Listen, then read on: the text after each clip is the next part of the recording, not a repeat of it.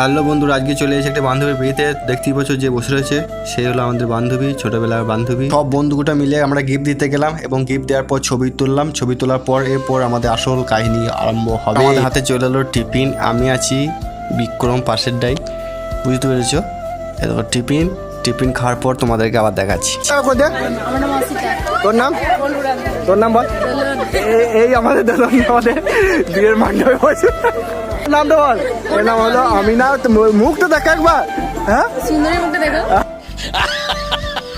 কি বলবে আমার বন্ধু? দেখো বল বন্ধু। এ শালা কুত্তা রেখে দিয়েছে। তোর বিয়েটা হচ্ছে আজকে, কেমন লাগছে বল? অনুভূতিটা কেমন? কমপ্লিট করে ফেললাম, ঠিক আছে? তো এরপর আমরা বাড়ি যাবো। বিক্রম এত খেয়েছে যে কথা বলতে পারছে না। তো চলো আমরা বাড়ি যাই। তো টাটা, বাই বাই। অন্য কোনো ব্লগে দেখা